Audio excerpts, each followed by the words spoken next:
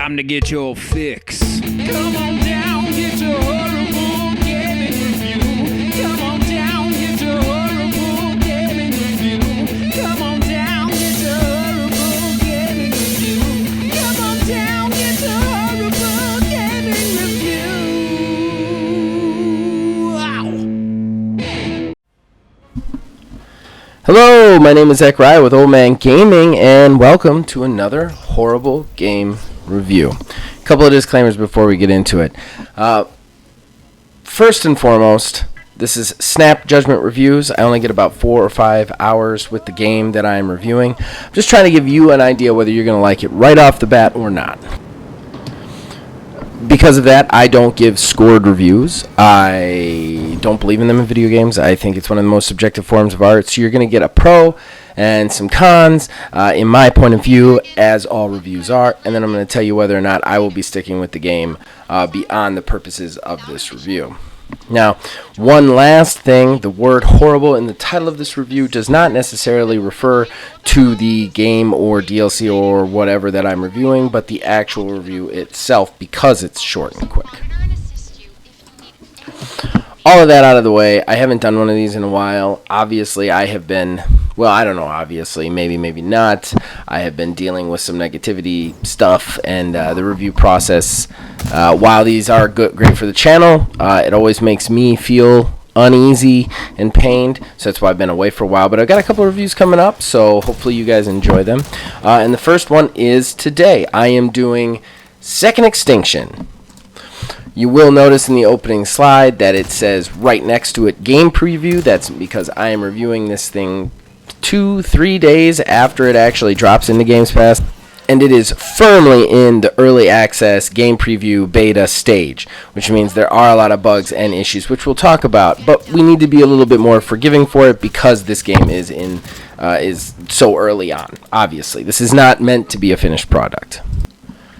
So what is Second Extinction? Well, sometime in the future, dinosaurs come back, they're all mutated, they're crazy, they take over the planet, and humanity ends up taking to space stations in the sky, living in orbital things, orbital platforms, whatever. And then you take up the mantle of one of these 5 kind of quirky characters who are tasked with kind of being dropped down onto the planet's surface and getting supplies, getting salvage, taking out certain dinosaurs, learning more about them, just anything that can help the human race both take back Earth and survive.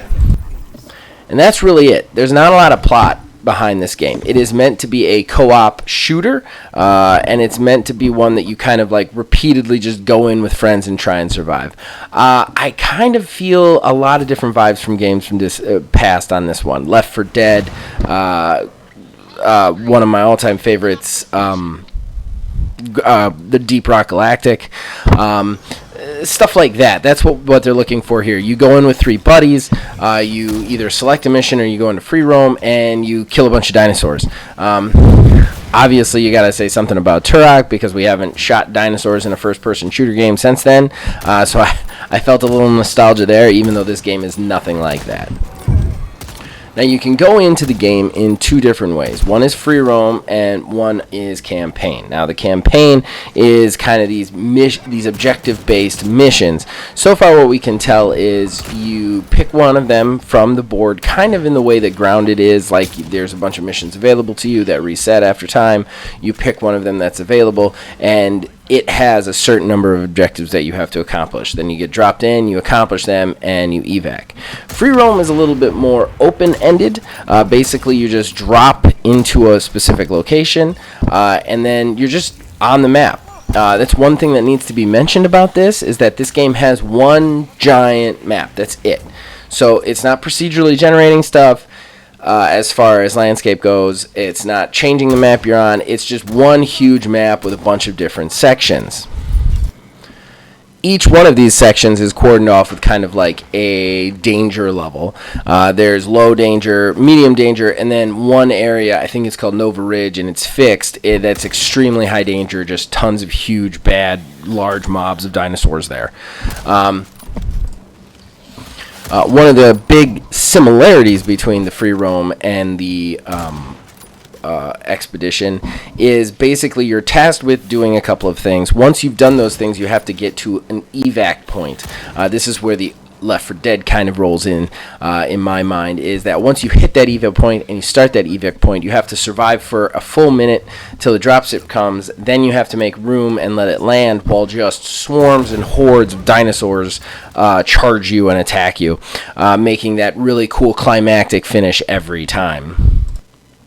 What's weird here is there's not a huge amount of difference between the campaign and the expedition, which I think we'll talk a little bit more in pros and cons, but really the expedition just drops you into you pick whatever you're doing, you pick a point where you drop in, and you have a certain number of things you're supposed to do.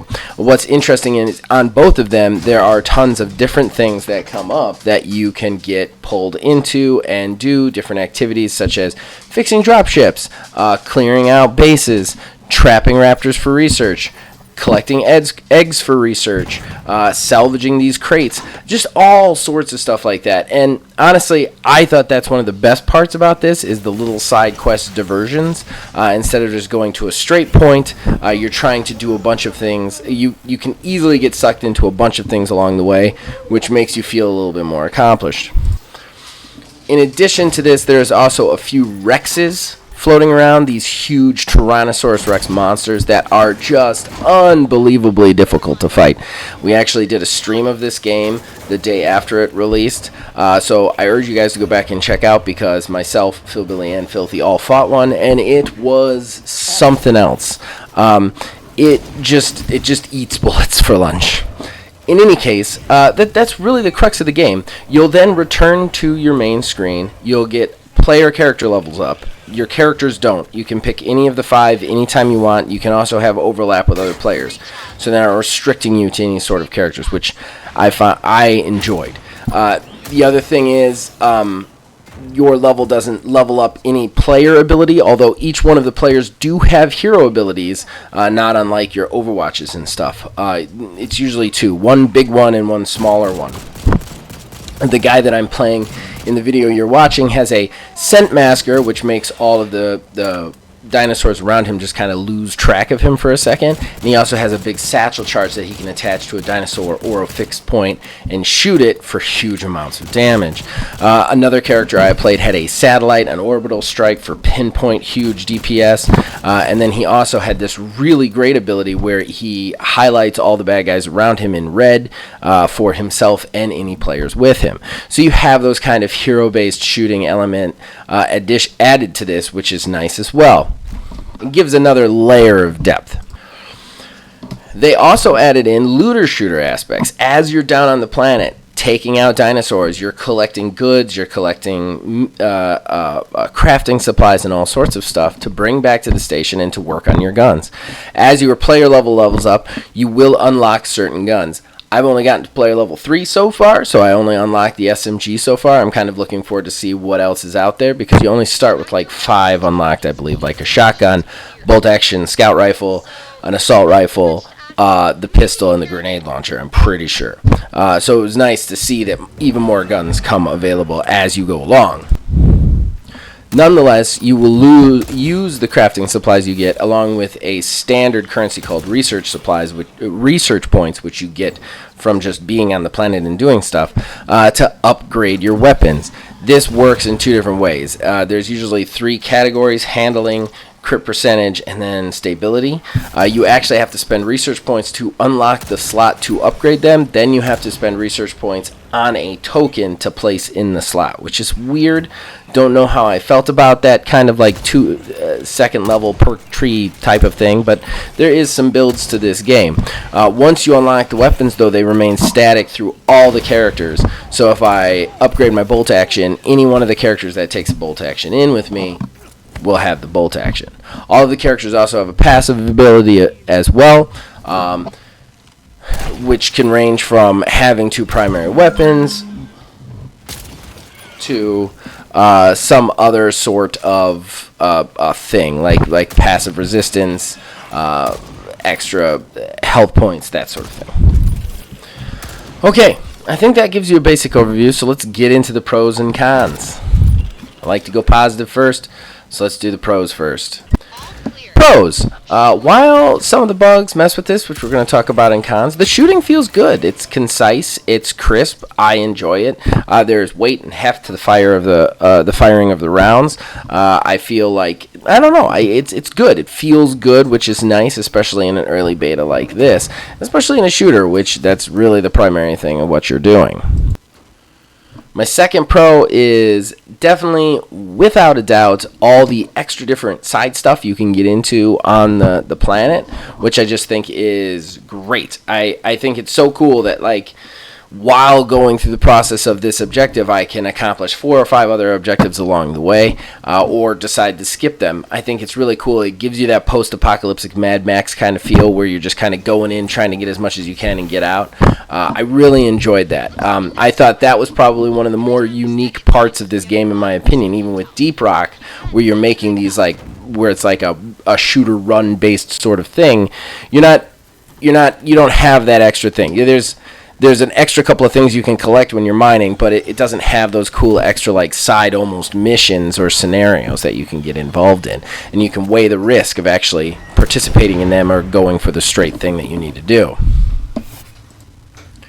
My third pro is that end evacuation gunfight. Oh, so tense, so awesome. Trying to get the dropship down, trying to get on it with all your friends. Just this nail-biting butthole clencher. It's great. I love it, and it really brought me back to Left 4 Dead whenever I get into that situation. You get it both in free roam and both in campaign, which is really cool in my opinion. I think it's very interesting. So let's go ahead and go into the cons now. There are a few cons. First of all, I want to bundle one con together, and that's the bugs. Look, this is in game preview. We have to be kind of forgiving on this. This game has just come out. They're very early on in their development. They've been very transparent about that. So we have to give them some leeway on the bugs. Nonetheless, if you're going to play this, be prepared for some bugs. The bugs, it crashed my game a couple of times, and there's no easy way to jump back in with your friends, which is a little bit irritating. The other bugs that I noticed are, some of them are very funny. Like, I don't think they've got the physics right on the dinosaurs, because when you shoot them and kill them, they literally fly across the screen. Sometimes they just hurl themselves up straight into the air. You can go back and watch our stream, not so much in this footage, but our stream. They were just like flying all over the place when we were shooting them, and it was that one was actually more fun. But because of that, there are some like hokey moments where dinosaurs will kind of like bounce around or teleport a little bit, which makes the shooting not feel as good. Even though the shooting itself is good, the enemy hitboxes are a little tricky and a little glitchy. Because of that, sometimes you're shooting things that aren't there anymore. You're missing things that you should have hit. Stuff like that feels a little bit bad. Again, though, this is a game preview. We have to be a little bit forgiving with this. I just want you guys to know what you're getting into up front, so you know ahead of time. My next con is the characters. I didn't really feel any, like, the characters are really silly, cheesy voiced, and I don't know if they were trying to go for a Borderlands thing or whatever. It just kind of fell flat to me. There wasn't anything really dynamic about them. They almost seem like cartoonish stereotypes, if I'm being honest, and the way they're voiced is almost like reaffirming that to the maximum, and that just didn't do anything for me. I would have much rather had them either be more down to earth or be a little bit more I don't know, funny. I guess if you're going to go that route, it should actually be funny. Honestly, the best character I found was Sarah, the operator who's talking to you all the time. She was the only one who said anything that made me giggle. My final con is the separation between Expedition, the free roam expeditions, and the campaign. There's no difference between them, and I've played both now a couple of times, and there just really isn't, and I don't understand why they're both in the game. I'd love somebody to tell me, because from what I can tell, you get the same amount of rewards either way. It's the same amount of difficulty either way. You also choose to drop into whatever location you want. You have a set number of objectives you're supposed to get before you complete it, both with free roam, both with the campaign. I don't know. There doesn't seem to be any real difference between these two modes. Like, even with the like side quests and whatnot, they're not just in the expedition or just in the campaign. Like, they're just there. Like, everything you can do in one, you can do in the other. So it's just kind of silly to have them both. I don't understand the point of them, I guess. Especially since even the evacuate, like, they're literally exactly the same. There are 3 objectives for the expedition, and there's 3 objectives for the campaign, and that's that. Like, that's what you're trying to do.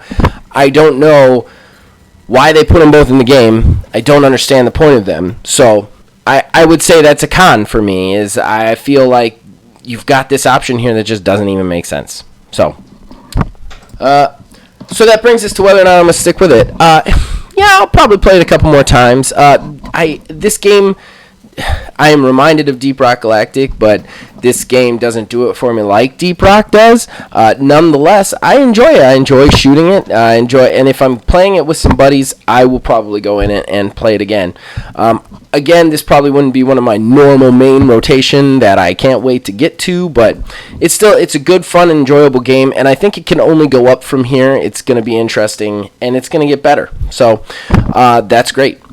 So you guys that's it for the review. Hopefully this helps you. You guys can reach us on Facebook at OldManGamingDH, on Twitter at OldManGaming9. You can join our Discord. Links in the description below. You can influence this or all of our shows from there. And until next time, you guys keep watching and listening. We'll keep making them.